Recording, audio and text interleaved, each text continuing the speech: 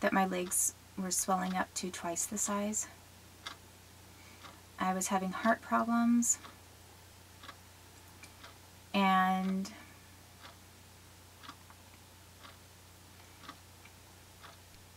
it was really horrible. And right after I said I wanted to look for a new place and not stay there, the other thing is that there were a couple of other people living there, and the woman was Hispanic. The other guy, I don't know what he was, but they tried to, she kept putting all this H&R Block stuff around me, like little notes and little cards from H&R Block everywhere, and I didn't know why. And I think that this one Jewish guy's mother worked for H&R Block, Jonathan's mom from Portland, Oregon, and then I met the woman from New Mexico who worked for H&R Block, the one who drove the race cars or whatever, and those were the two H&R Block connected people I knew of. And then this woman was always doing something weird with H&R Block business cards and notes and things. Like just leaving them all over the place, like wherever she knew my things would be. And actually, before I continue talking about being at Steve May's house, there were two other places that I was forced to go to before I was at Steve May's house on the federal assistance program. And basically I was there because I had been forced into being pretty much on the street. So I was thinking that I got into the federal assistance housing program right after, but I actually had people, someone offer to give me a place before that. And it was a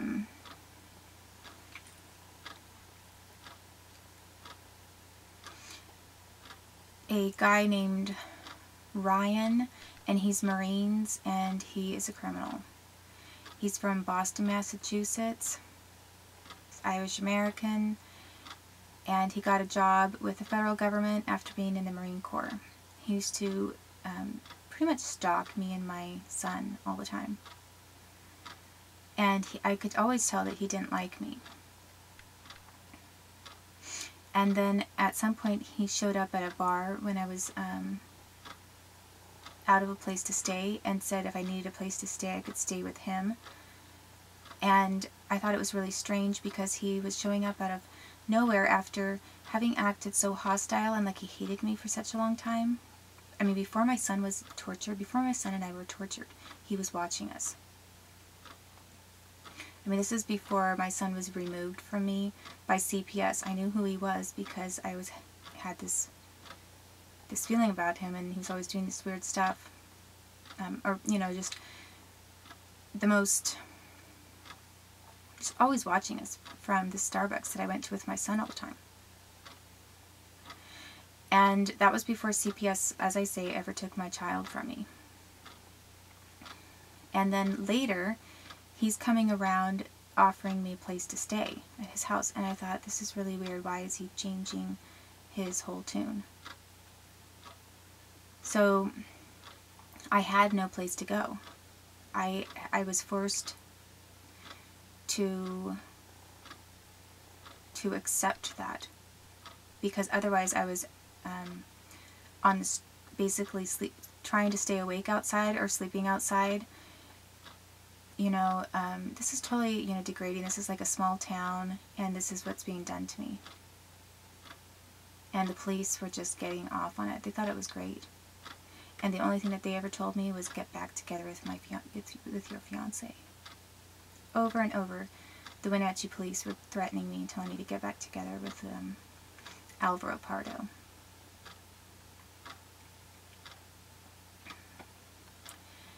And after that,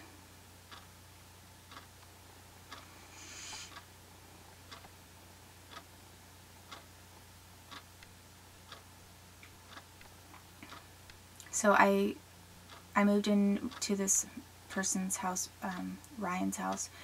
Never had anything to do with him. He was training for work at a dam for a federal job, like a federal emergency type job. And I did have reservations about him, but I didn't have any options. I had my options were zero. And that's what the United States wanted. I mean, that's what the people who were criminals against me and my son, that's what they wanted. And I found out he was connected to the Marines, and now he was trying to get a federal job with this dam. And he was Irish American, and there was some other Irish Americans in the town that basically went along with, you know, I think, torture of my son. And he didn't try anything. I slept on the floor, and he did not try anything. There was at one point, I thought that no kind of form of technology torture happened to me there, but actually it did, because I remember I was given an electric blanket, and I thought, why am I going to use that? Like, I'm going to use an electric blanket after I'm pretty much being electrocuted, just lying here on the ground.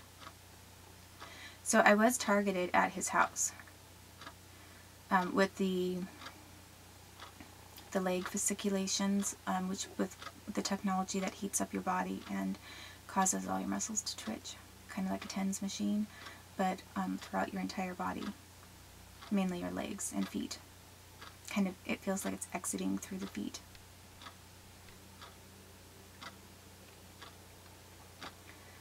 Like as if there's a current or some sort of technology targeting that area, and then it has to go out somewhere or something, like almost like a lightning bolt, and it goes, and it's concentrated a little bit more in the feet, which then leads to cramping of the feet and a lot of problems. So after I stayed with him, I was uncomfortable at one point, and I started feeling like there was a camera set up in that house. And he did have his laptop always out, or computer, and there was like a webcam thing on it, but I just kind of wondered, I just had this feeling. And I wanted to move, so I then met this person who was next door to him, living right next door, and he said that I could stay with him. I talked with him a little bit when the other person wasn't there, when Ryan wasn't there. And he said, well, you could just stay with me. So then I was basically moving right next door. And the guy next door, they both looked like they knew each other. They both looked at each other and smiled. It wasn't like they were totally strangers to each other. And this person who lived on the other side of him, on the other side of Ryan, lived, had the girlfriend, the long-term girlfriend of 2.5 years from Canada. And it was the first thing he showed me on his cell phone. And actually, before, I think the reason why I left the place with Ryan is that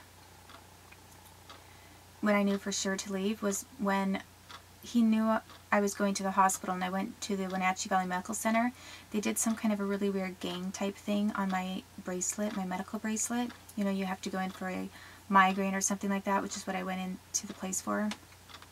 And actually, when I went in for migraine treatment, there was a military guy with these big black boots, like military boots, and he came up,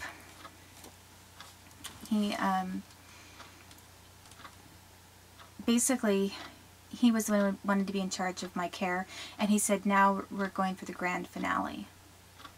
And I found out later, I said, who was that person that attended me and gave me these pills and did the ID and all this? And they said that he was a traveling medical person, and I found out he was connected to the military. He was not just connected to the military, he was in the hospital wearing whatever hospital thing he had to wear with like a coat over that, but he was wearing these black military police boots.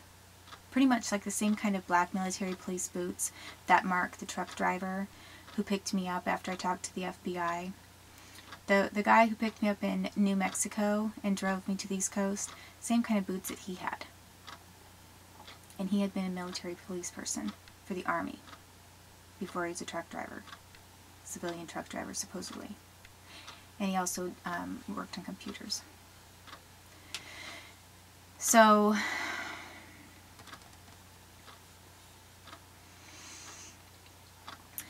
I had gone for treatment, and this military man treated me, and I felt so spooked by him.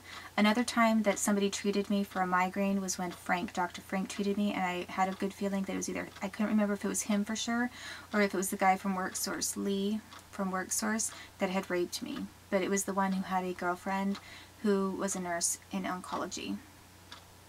I was pretty sure it was Dr. Frank, and he acted kind of weird around me. But again, because they're sort of the same height and I couldn't remember everything, I thought maybe it was this person Lee too. They're both American Italian. And that was the individual who was connected to police. Police knew and showed up at the house when he was about to rape me. The Chelan Douglas County Police did. So there were a couple of times where I was being seen by people that I felt really uncomfortable by. And then I remember I was tortured in the Wenatchee Valley Medical Center a couple times. I was being targeted with technology while waiting in a room. And you have that ID bracelet that you get when you go into the hospital. Well, I had one, but they had like gang type symbol stuff all over the bracelet. It was really totally bizarre, and it was harassing. And I mean, I've had enough of those bracelets to know that it was not a normal one, and I saved it because the people at the counter were Hispanic, and they were smirking and laughing like they thought all of this was very funny. And I'd just been tortured while waiting in the hospital room. Basically, I'd been burned up. I mean, like, and they used the technology that created really bad lower back pain, like the ultrasound feeling kind of technology. So I had this bracelet that I was saving for evidence in my bag, and Ryan went through my bag, took that bracelet out, and also took out I had a yellow t-shirt with blue lettering on it. It was Abercrombie and Fitch, and I had it from New Mexico, from the Hispanic woman who worked for H&R Block, and the guy that I stayed with, the young guy. It was his t-shirt, and he had let me wear it and have it. And after I'd stayed with them, that was when Mark, the truck driver, approached me to take me to the East Coast after I'd called the New Mexico FBI, who probably called the Seattle FBI. And I remember that here's Ryan, this Irish Catholic American, connected to Boston, Massachusetts, and he's stealing this shirt that I had from New Mexico from me, and stealing this bracelet that proved there was gang activity occurring at Wenatchee Valley Medical Center, and an attempt to harass me and to scare me.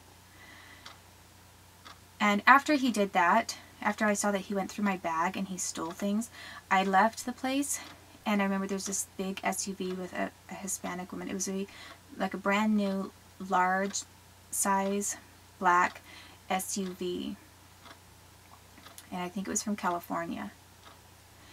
And there was a Hispanic woman and a Hispanic man there, and they were watching me the whole time, and they were laughing. I thought, why would Hispanic people be mocking me and laughing when it's an Irish Catholic American that just stole from me? And I thought, are the Irish Catholics working with the Hispanics to torture and harm me and my son?